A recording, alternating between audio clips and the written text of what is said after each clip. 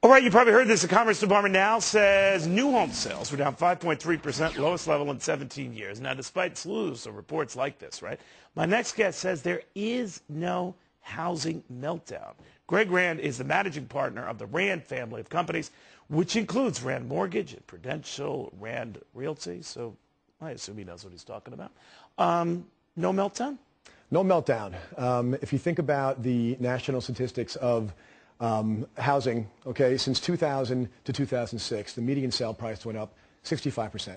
It's come down 13% since then, nationally. Hardly a meltdown. Nationally, but in some hot areas, it's come down Absolutely. a heck of a lot more than that, right? But you're averaging everything out.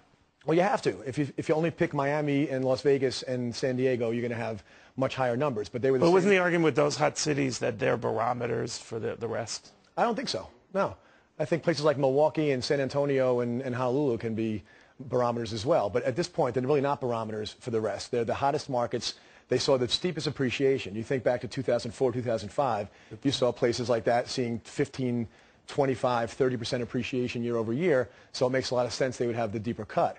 But so the longer-term appreciation, the shorter-term depreciation, we're still talking about a much appreciated market and a correction that's happening right now. Not a meltdown, but a correction. All right, but if we ran up in that period 65% and now we're down 13%, the cynic in me could say, well, then we have another, 52% to go. I don't think so. I don't think so.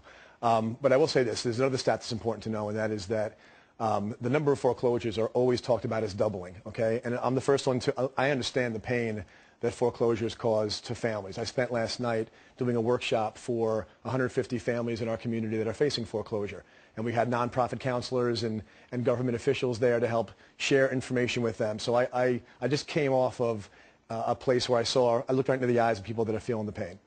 However, foreclosures have doubled. They've gone from 1.5% of all mortgages to 3% of all mortgages, which means that you've got 97% of the loans still performing. That's not a meltdown, okay? You've got an increase in foreclosures, but not a meltdown. People don't know, for example, that 50% of all the homes that are occupied by owners in this country are paid off. They don't realize that, okay? So when you've got 1.5% going to 3% that are now in foreclosure, you've got 97% of loans performing, and you've got 50% of households that are actually paid off.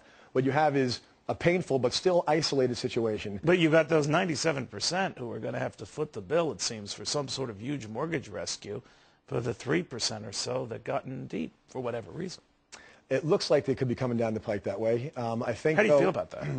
Well, I want to see the foreclosures get averted if we can. I do think that we're going to see 1 million foreclosures prevented, and the main reason I believe that is that I know the banks cannot handle the pipeline of foreclosure properties they have coming down the pipe right now. Okay, they can't handle it. Some of them are taking it upon themselves just to say, look, we'll work with you, and because we just can't deal with the hassle of throwing you out. That's correct. Oh, they're more negotiable than ever before right now. And we should stress that's in their selfish interest because they just don't want the hassle. Right? Yeah, the best estimates of a foreclosure cost to a bank is $75,000 to $100,000 worth of hard costs between legal fees, non-payment of interest and taxes, the carrying charges of the property, repairs and maintenance, reselling the property, commissions, or whatever costs to resell. They've got a $75,000 to $100,000 nut they have to eat just to get that property back off their books again. So they're highly negotiable. But to the point of the bailout of the homeowners, I am very concerned about the fact that we're in the process right now of a twofold bailout of the mortgage industry. You've got the bank side and you have the borrower side. The bank side is about giving them cash for their balance sheet, the balance sheet that collapsed as a result of fear of future defaults. Really important point. It's not the balance sheets collapsing because of the pressure of existing foreclosures. It's the pressure of the fear of future foreclosures. They don't know what they have in their portfolio, okay? So, okay, we put billions and billions of dollars into these banks. As an insurance policy that we might never need or use. That's correct. But now, on the other hand, the things that I'm hearing about giving bailouts to homeowners sound a little bit too easy and a little bit too attractive, and I'm very concerned about the fact that it will create an incentive for people to go into default. In fact, the day that the FDIC announced that they wanted to insure loans just to simply lower people's payments to get them back into performance, I got 2 phone calls, half joking, from client friends who said, okay, so I guess I just stopped making my payment now, right? And I said, no, don't do that. You know, you're right. I heard from people who said it was one house plan that was kicking around that said, this is only for those who are 90 days or more late. And I had people call me up and say, all right, then I'm going to miss 3 payments. And anybody who thinks that is not going to happen, they can't be sure.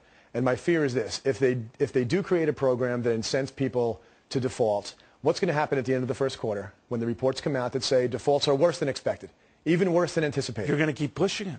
Well, I'm afraid we're going to see the balance sheets collapse again.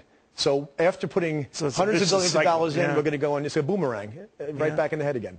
Well, I'm glad you put in perspective. We try to do that here, but that's alarming when you look at it in the overall numbers. Greg, Rand, thank you.